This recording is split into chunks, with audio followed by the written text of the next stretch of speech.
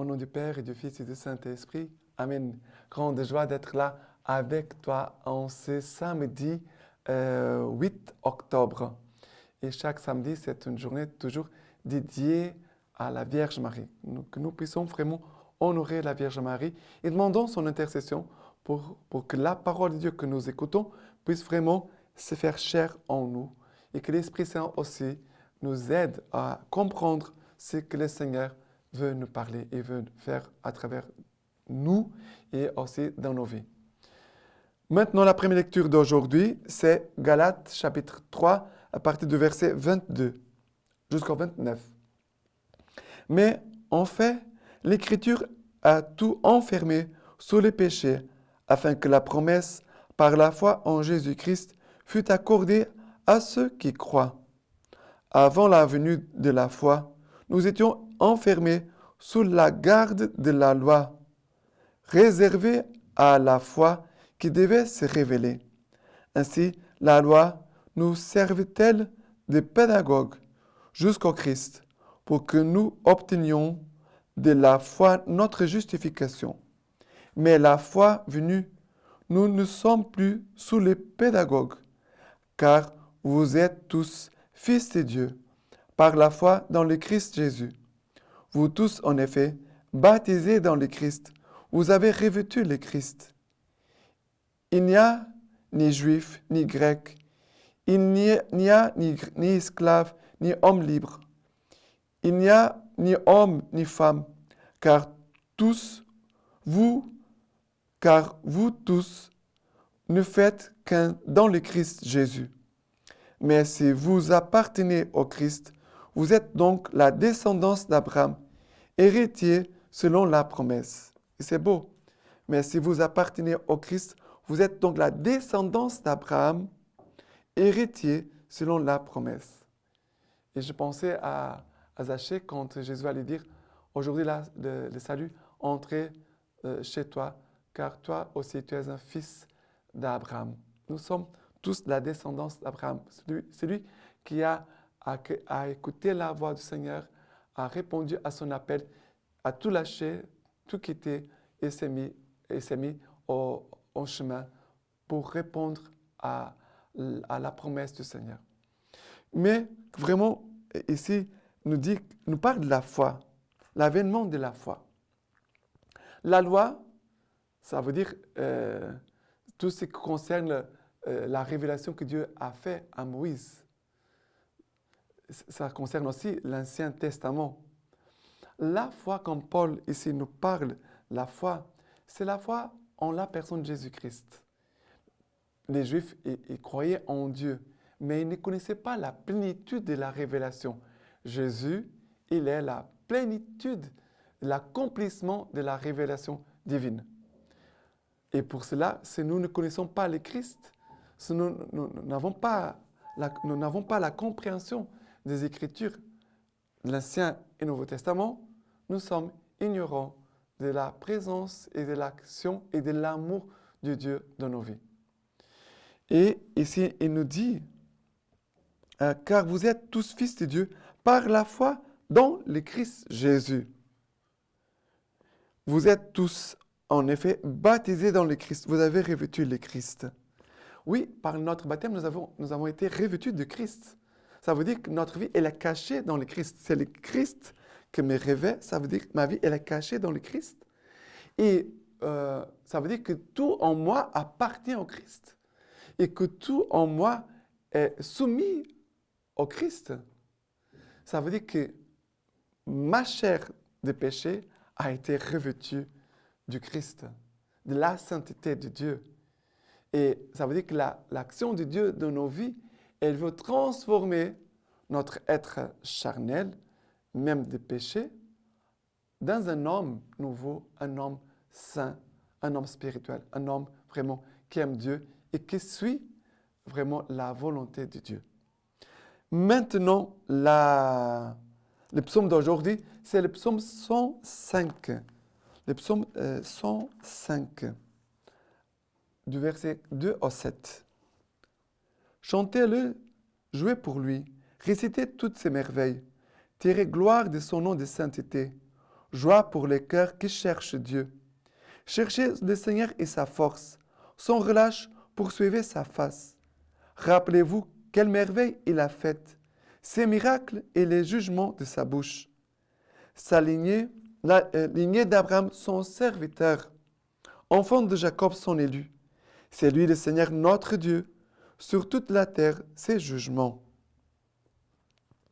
Voilà la parole du Seigneur. Rendez grâce au Seigneur et criez son nom. Si nous sommes revêtus du Christ, si nous sommes soumis au Christ, ça veut dire que notre vie, elle ne nous appartient plus, elle appartient au Christ. Et le Christ vivait dans l'action de grâce. Le Christ, tout le moment, il vivait sous le regard du Père, émerveillé de l'amour du Père, émerveillé de l'action et de l'amour de Dieu, le Père, pour nous tous. Et de ce regard du Père sur le monde, la création et chacun de nous, Jésus jubilait tout le temps. Et nous voyons cela aussi dans l'Évangile. Jésus qui va tressaillir de joie.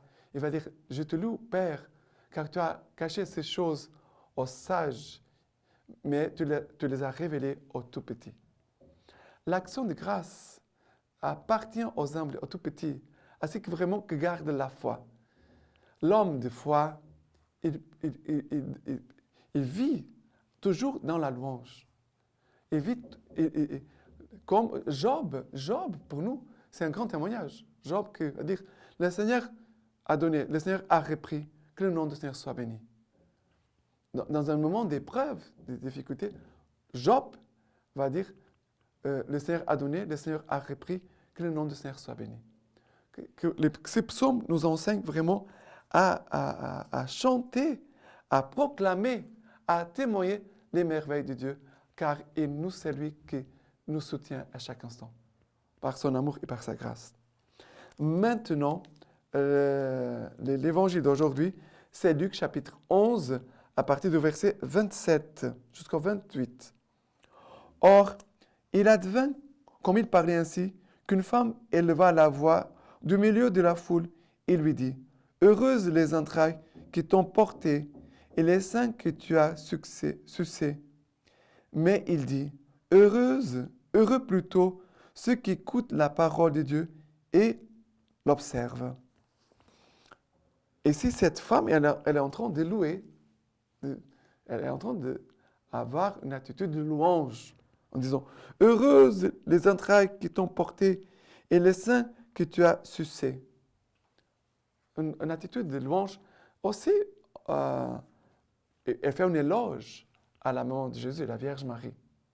Mais Jésus va dire, « Heureux plutôt ceux qui écoutent la parole de Dieu et l'observent. » Le Seigneur veut vraiment que nous puissions écouter la parole de Dieu et l'observer. Ça veut dire mettre en pratique.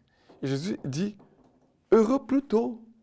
Ça veut dire plus importante que les joies de notre corps, comme une maman qui a mis au monde un enfant, elle a accouché, voilà, heureuse es-tu parce que tu as maintenant, tu as un autre enfant, tu as un enfant.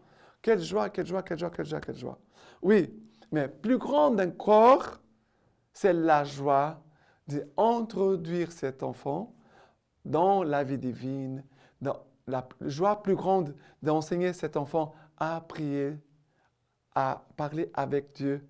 Joie encore plus grande de voir cet enfant grandir en sainteté, en sagesse, en bon témoignage, en bon comportement, comme un bon chrétien. Joie encore plus grande de voir cet enfant devenir vraiment un homme ou une femme de Dieu. Voilà les joies de ce monde, les joies charnelles, humaines, mais de monter à l'étage supérieur, c'est les joies divines, les joies de Dieu. Et aujourd'hui, la lecture patristique que le Seigneur nous donne de Saint Grégoire le Grand. Écoutons ce que dit le Seigneur aux prédicateurs qu'il envoie. La moisson est abondante, mais les ouvriers sont peu nombreux. Priez donc le maître de la moisson d'envoyer des ouvriers pour la moisson. Les ouvriers sont peu nombreux pour une moisson abondante. Nous ne pouvons le répéter sans une grande tristesse.